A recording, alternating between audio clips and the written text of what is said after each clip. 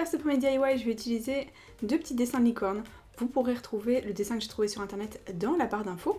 Et j'ai pris des paillettes qui sont assorties à chaque crinière. J'avais envie de prendre deux couleurs différentes. Alors je n'ai rien acheté pour cette vidéo, je voudrais juste le préciser. J'ai pris que des choses que j'avais. Je vais me servir aussi d'un petit couteau, d'un petit scalpel. Vous pouvez prendre aussi des ciseaux pour remplacer. Je vais aussi utiliser de la colle blanche, un pinceau. Et comme je n'avais pas du scotch transparent très large, j'ai pris du couvre-livre et de la colle en spray, mais vous pouvez bien sûr prendre du couvre-livre autocollant, ce sera encore mieux. Moi je vous ai dit, j'ai rien acheté, je voulais vous montrer qu'on pouvait le faire de plein de façons différentes. Que ce soit avec des ciseaux ou avec un scalpel, on découpe la licorne du fond. Je fais la première, et en fait c'est l'étape la plus longue, il faut être un petit peu minutieux pour pas enlever des petits morceaux et de bien enlever le fond pour que ça ressorte bien sur le téléphone. Alors vous verrez que ce DIY je l'ai fait sans fond, vous pouvez bien sûr faire exactement pareil en collant ensuite les licornes sur un fond, ça fera très joli, sur un fond blanc ou gris, ça va faire très beau. J'ai placé ma licorne sur un morceau de papier, j'ai pris un petit peu de colle blanche, vous pouvez prendre aussi du vernis-colle si vous le souhaitez, mais la colle blanche est tellement plus facile à trouver, donc avec un petit pinceau, je suis venue très minutieusement mettre de la colle, et par-dessus les paillettes. Alors il n'y a pas besoin d'être minutieux avec les paillettes, si vous avez été très délicat avec le pinceau, parce que vous voyez ça va pas adhérer. Ensuite je fais exactement la même chose sur l'autre licorne mais sur la crinière et vous voyez je fais couleur par couleur. Je fais le bleu d'abord et ensuite le rose. C'est une espèce de violet rose que vous m'avez vu utiliser dans ma vidéo slime avec mon chien. Je vous mettrai le lien là-haut si jamais vous l'avez pas vu, c'est assez mignon. C'est pareil, on met des paillettes par-dessus. De toute façon je vais pas du tout gaspiller ce qui reste puisque après je vais remettre tout ça dans le pot. Je prends mon pinceau pour être bien précise quand je le soulève, pour pas mettre des paillettes et de la colle partout. Je secoue et ensuite avec un petit pinceau, je vais retirer l'excédent de paillettes. Vous voyez, je récupère aussi ce qu'il y avait sur ma feuille. Et voilà, ça permet d'enlever vraiment les petites paillettes qu'on n'arrive pas à enlever avec les doigts, surtout si on a des paillettes sur les doigts. Si vous êtes comme moi, et après on fait exactement la même chose avec le rose, le violet. Vous pouvez prendre la couleur de votre choix. Et vous voyez, j'aime bien laisser l'espace libre là, qui est en blanc. Et ensuite, la corne de l'autre licorne. On fait attention de ne pas en mettre sur le bleu cette fois-ci, parce que sinon ça va avoir tendance à se mélanger. Donc voilà, on enlève tout de suite.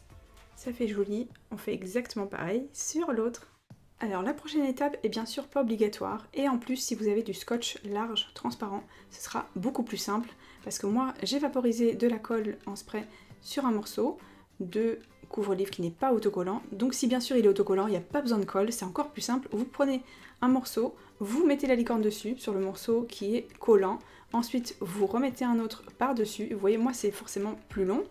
Et en plus, je vais pas forcément avoir les bords qui sont hyper transparents, alors qu'avec du scotch transparent et du couvre-livre qui est autocollant, vous pourrez l'avoir. Donc je vous l'ai dit, j'ai fait exprès de ne rien acheter pour vous montrer qu'on peut le faire avec plein de matériel différents. Il n'y a pas besoin d'acheter quoi que ce soit pour faire ces coques. Et aussi, je voulais juste rajouter un petit détail. Vous pourrez voir que dans cette vidéo, c'est exactement comme dans l'autre. Je n'ai pas collé sur la coque transparente. Je n'ai pas non plus peint sur la coque transparente pour que vous puissiez avoir une seule coque parce que c'est pas donné non plus. Et moi, je trouvais vraiment que c'était assez cher pour ce que c'était. Et ça vous permet voilà, de faire plein de coques à l'infini sans abîmer votre coque. Cette fois-ci, donc, on a découpé. Et j'ai mis un petit morceau de scotch de l'autre côté que j'ai collé directement sur mon téléphone. C'est hyper simple à retirer comme vous le savez j'imagine. Et les petits strass, c'est bien sûr pas obligatoire. Je trouvais ça trop mignon. Alors je les colle pas du tout, hein. Je les pose. Et une fois que j'ai mis ma coque, ils vont tenir. Et puis même s'ils bougent, ça fait très joli aussi.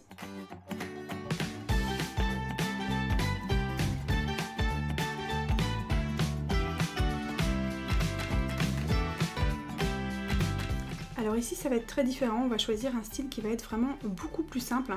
Et j'ai pris donc une feuille de papier décoratif, alors peu importe, hein, que ce soit quelque chose que vous avez déjà, parce que moi, comme je vous l'ai dit, je n'ai rien acheté. J'avais déjà ce très joli papier qui a des petits reflets argentés. Vous pouvez aussi imprimer un fond sur internet, on peut en trouver de toutes les sortes. Très franchement, faites-vous plaisir sur Google Images, tapez background ou fond avec tous les mots que vous souhaitez. Et donc je fais le contour avec mon gabarit, c'est un gabarit, je vous l'avais expliqué dans la première vidéo, que j'avais eu avec une de mes coques. Si vous n'en avez pas, évidemment, vous pouvez faire le contour de votre téléphone sur un morceau de carton et ensuite faire le contour. On n'oublie pas le trou de la caméra. Et pour décorer le papier en lui-même, vous avez plusieurs options. Vous pouvez faire pareil et prendre une image sur Google Images. Aussi, vous pouvez prendre une image que vous avez déjà. Et moi, j'ai voulu faire quelque chose d'original et j'ai pris ces petits tatouages temporaires qui viennent de chez Cultura que je trouve trop adorables. Et comme vous voyez, celui-ci se fond parfaitement avec mon papier. Donc, j'enlève l'emballage et vous voyez, les tatouages, ils sont bien sûr à l'envers.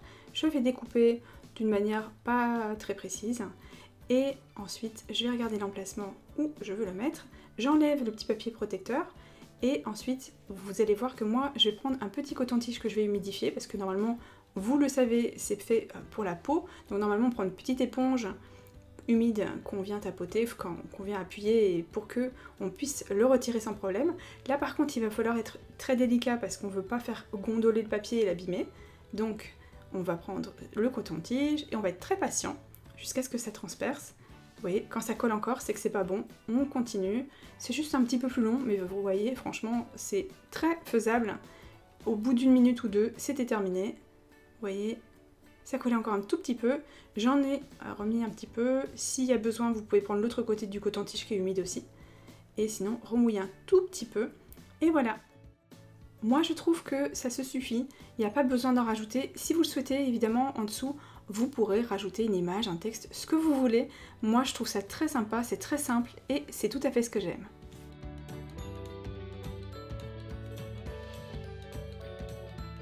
Alors pour ce DIY, je me suis servi d'un modèle que j'ai réalisé dans la première vidéo. Ça me permet d'avoir la taille exacte de mon téléphone et de ne pas avoir besoin de retoucher la taille. Et ensuite, je découpe. Voilà, j'ai choisi un fond blanc, bien sûr, choisissez le fond de votre choix. Moi je trouvais que ça ressortait bien avec un fond blanc et j'aime bien le blanc de toute façon, je pense que maintenant vous le savez. Je vérifie que la taille soit nickel. Alors pour la suite, j'ai choisi de prendre de l'encre qui est rose fluo et aussi une petite éponge qui vient de chez La Foire Fouille, qui est assez facile à trouver. Vous pouvez prendre bien sûr une éponge pour la vaisselle, il n'y aura aucun problème. C'est d'ailleurs ce que j'ai fait dans ma vidéo de l'année dernière. Et ensuite, si vous avez la même que moi, vous la recoupez en deux et vous allez choisir le plus joli des quatre avec le demi-cercle qui est le plus joli. Et une fois que c'est fait, vous pouvez faire bien sûr des petites retouches, c'est des petits morceaux qui dépassent. Pour la suite, j'ai utilisé de l'encre. Sachez que vous pouvez prendre bien sûr de la peinture et d'ailleurs je pense que ça fera beaucoup plus joli, un peu comme dans ma vidéo de l'année dernière où j'avais réalisé un coussin pastèque d'ailleurs avec une éponge de cuisine parce que ça faisait vraiment très joli d'avoir, je trouvais, les petits ronds. J'ai fait un test sur une autre feuille et vous voyez, si on appuie trop fort on voit les traces de doigts. Donc ce que j'ai fait, et que je voulais rester avec l'encre absolument pour que ce soit comme je l'avais souhaité dès le départ et j'ai pris le couvercle pour avoir quelque chose de très régulier et en même temps très opaque. Voilà ce que ça donne pour le mien. Et ensuite, j'ai pris mes crayons de couleur avec un vert qui est moyen. J'ai fait le contour de la pastèque et comme vous voyez, j'ai laissé un petit contour blanc entre le vert et le rose. Et ensuite, avec le vert foncé, j'ai intensifié les bords. La prochaine étape est de dessiner les petits grains en noir. Et moi, j'ai essayé avec un feutre noir, ça marchait pas du tout sur l'encre, donc pour que ça ressorte bien et que ça fonctionne, j'ai pris de la peinture avec un pinceau très fin. J'ai commencé à dessiner et ensuite j'ai dessiné les yeux parce que je voulais pas qu'il y ait, vous savez, des petits grains un peu dans tous les sens. Donc je voulais d'abord dessiner les yeux. Je les ai fait de manière égale et une fois que c'était fait, j'ai laissé, vous voyez, un petit rond dedans, en haut à gauche, un petit sourire et ensuite j'ai continué à dessiner les grains, les graines, je sais pas trop comment ça se dit, des petits trucs dans la pastèque, peu importe, je pense que vous voyez tout à fait ce que je veux dire, mettez-en autant que vous le souhaitez et ensuite moi j'ai choisi d'écrire Hello Summer. Évidemment vous n'êtes pas obligé d'écrire ce que j'écris, comme je vous le dis tout le temps, vous pouvez vous inspirer un peu, moyen, beaucoup de ce que je fais, vous pouvez reproduire exactement le même. Faites ce qui vous fera plaisir. Évidemment, vous pouvez écrire aussi d'une autre couleur qu'en noir. Vous voyez, je me suis aidée un petit peu avec le feutre, mais en bas, je l'ai écrit directement. Et ensuite, on n'oublie pas les points dans les yeux, parce que c'est vraiment ce qui va faire ressortir le dessin, qui va lui donner vraiment un côté kawaii. Et voilà!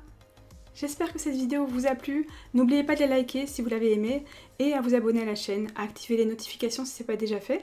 Dites-moi dans les commentaires quel était votre coq préféré. Je vous retrouve très bientôt dans une prochaine vidéo. Je vous embrasse fort. Bye!